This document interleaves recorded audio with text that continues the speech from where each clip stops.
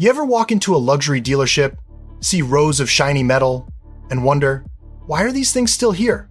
Today, we're pulling back the curtain on 5 high-end cars that are collecting dust. And more importantly, whether that could mean a killer deal or a nightmare you're about to inherit. Stick with me, because what you learn here might save you thousands and a whole lot of regret. Let me paint you a picture. You walk past the Infiniti row, and the Q50 is sitting there looking like it has something to prove. But the market just isn't listening. And that's the real twist. This sedan was once pitched as the quiet assassin of the German trio, yet today it's one of the slowest movers on luxury lots across North America. Why? Because buyers have shifted hard toward crossovers, and the Q50 hasn't reinvented itself fast enough. But that doesn't mean it's a bad car. In fact, for the right buyer, it can be a sweet under-the-radar win. Think of the ideal owner as someone who wants comfort first, sportiness second, and a luxury badge without the eye-watering repair bills. Under the hood, you'll usually find a turbo 2-liter 4-cylinder with just over 2 to 100 horses, paired to a CVT that's smooth, but not exactly thrilling. Fuel economy sits nicely in the mid-20s, which is better than many rivals. Inside, it's roomy, clean, and genuinely pleasant. Nothing flashy, but everything you need. Now, let's be honest about pros and cons. Big pro, depreciation. These things lose value faster than your favorite crypto, and that means you can scoop one up for a fraction of new car money. Another pro is reliability. Infiniti powertrains are generally stout if serviced on time. The con? The driving experience won't wake you up in the morning. And the infotainment setup, with its double-screen layout, feels like 2 different engineers designed it during separate lunch breaks. Known issues? Watch for early CVT wear on high-mileage units, weak batteries, and sunroof rattle on earlier years. When inspecting, take a long test drive to feel for any CVT hesitation, check maintenance records for fluid changes, and scan for previous accident repairs. These cars often get discounted because they had a little history. Recommended years? Look at 2018 and newer. That's when the tech stabilized and the cabins felt more modern. Current pricing? Clean used examples float between the low 20s and high 20s depending on miles and trim. And if you think this car sits too long on dealer lots, wait until you see the next one, a luxury sedan that's fantastic but still fighting an uphill branding battle. Here's the funny thing about the G70. Everyone who drives it loves it, but not enough people walk into the dealership to try one in the first place. That's the branding wall Genesis keeps punching. The car itself? A legit luxury sedan with the swagger of an underdog boxer who actually wins fights. Yet, despite glowing reviews and killer equipment, these models often sit still on the lot longer than anything German in the same price bracket. So who's the ideal buyer? Someone who wants S-Class vibes on a more human budget? Someone who likes being the person who bought the smart choice instead of the obvious one? Under the hood, the Sport Prestige packs a 3.3-liter twin-turbo V6, pushing well over 3 to 100 horses, tied to an 8-speed automatic that snaps through gears with confidence. Fuel economy lands in the low 20s, but honestly, with this much torque, nobody buys it for bragging rights at the pump. Inside, the G70 flexes one of the nicest cabins in the segment. Quilted leather, crisp screens, real metal trim, and a cockpit feel that makes you forget you didn't spend German money. Big pros? Ride quality, materials, refinement, and the fact that Genesis warranties are some of the strongest in the game. Another pro is how surprisingly athletic the car feels when you push it. It's not pretending, it actually handles. But let's talk cons, because they matter. First, resale value is still catching up, and that scares buyers who aren't familiar with the brand. Second, the dealer network is smaller, meaning fewer places for maintenance or test drives.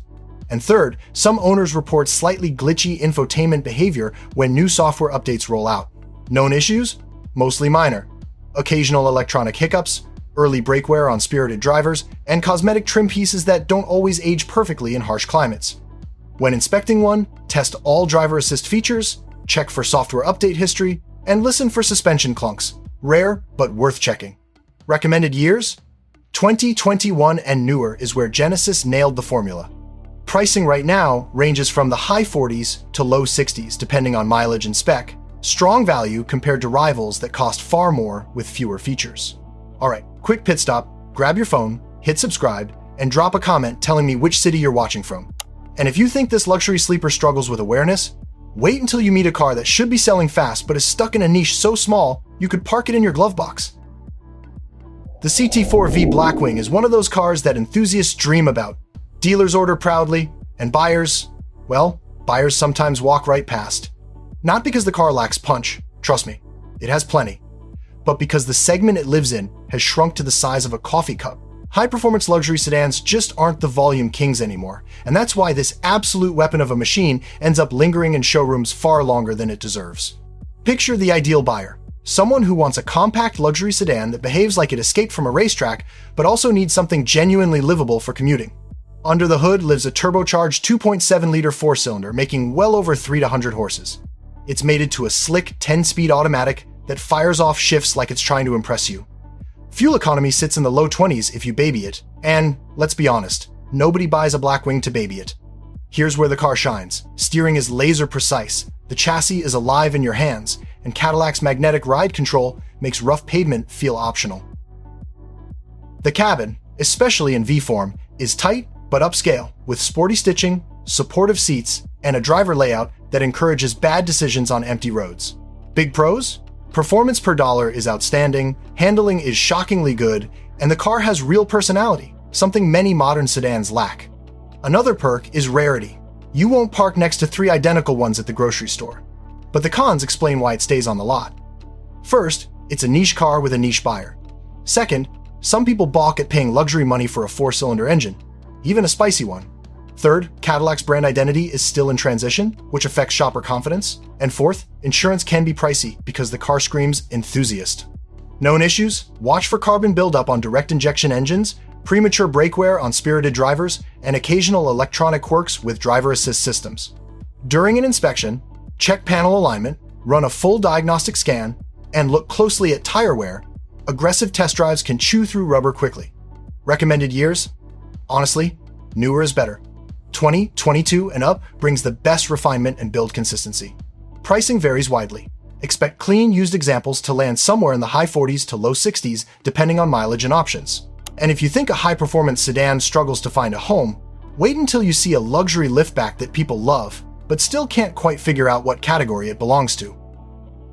The A7 is one of those cars that turns heads effortlessly, yet somehow still ends up sitting untouched on showroom floors. It's the classic everybody admires it, but few actually buy it luxury dilemma.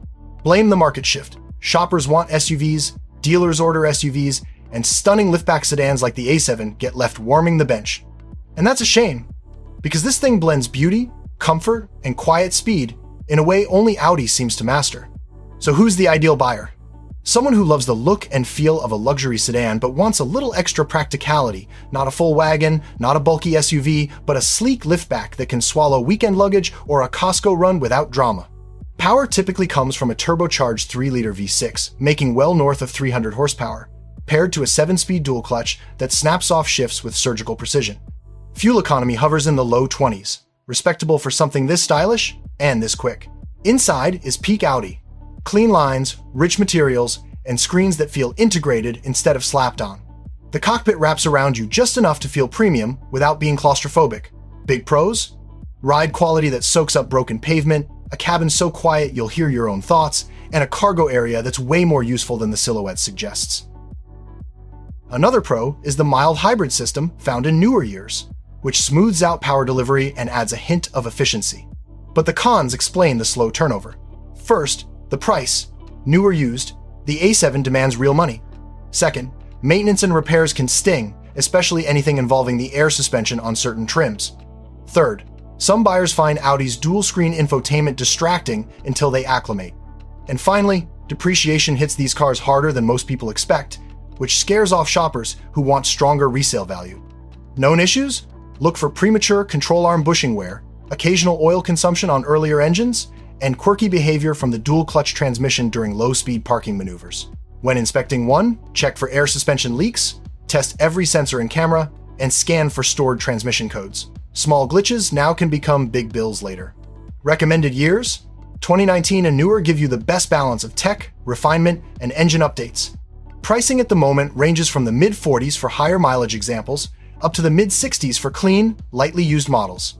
And if you think a gorgeous luxury liftback has trouble finding buyers, wait until you see a futuristic electric sedan that's losing the sales race to brands with louder buzz and simpler pricing. Walk into almost any Mercedes showroom today, and the EQE sedan is the car you'll find quietly waiting for attention it rarely gets. Not because it's bad, far from it, but because the electric market has shifted faster than automakers expected. Buyers who once wanted a futuristic EV now want either maximum range, minimum price, or a Tesla badge. The EQE sits in an odd middle ground: premium, sophisticated, highly engineered, and slower to move off the lot than a forgotten lease return. So who's the ideal buyer? Someone who wants a luxury-first EV rather than a tech toy? Someone who values ride comfort, silence, and that soft Mercedes swagger more than blistering acceleration or a minimalist interior. Power typically comes from a single or dual motor setup, with output ranging comfortably above 300 horses. Range lands in the high 200s depending on configuration. And the driving feel? Smooth, stable, effortless, like Mercedes took their classic comfort recipe and simply made it electric. Inside, the EQE is a statement: curved screens, ambient lighting, and materials that feel genuinely premium. Even the base trims feel special. Big pros: exceptional ride quality, fantastic seats, a serene cabin, and a long list of driver assistance tech that actually works well in daily use. Another major pro is that these cars are frequently discounted now, sometimes heavily, because supply outran demand. But let's talk cons, because they explain the dust on the windshield. First, the pricing structure was confusing at launch and turned off buyers. Second, range numbers aren't competitive with long-range rivals, even though real-world efficiency is decent. Third, the styling. Love it or hate it, leans Jelly Bean, and that costs the car some street appeal. And fourth, charging speed is good but not class-leading, which matters to road trip-minded shoppers. Known issues? Early software glitches are the main culprit: screen freezes, slow boot times, and buggy ambient lighting control. Mercedes has pushed updates, but when inspecting, check that everything powers on quickly and runs smoothly. Also, listen for creaks around the dash. The large display structures can develop minor noises over rough pavement. Lastly, verify charging history if possible. Frequent DC fast charging can age the battery faster. Recommended years: 20, 23, and newer. That's when software matured and pricing became more realistic. Current used prices fall anywhere from the high 40s to mid 60s, depending on miles, spec, and whether it's rear-wheel or all-wheel drive. And since we started this video with cars gathering dust, it's only fair we end with a clean bow. Your viewers now know which luxury models stall on lots and why that might be the perfect chance to snag a deal. And that's the real story. These 5 luxury cars aren't stuck on lots because they're bad, but because the market moved faster than the automakers did. Which means smart shoppers, like you, can turn slow sellers into serious value. Want more straight talk car advice? Hit the next video and keep leveling up your buying game.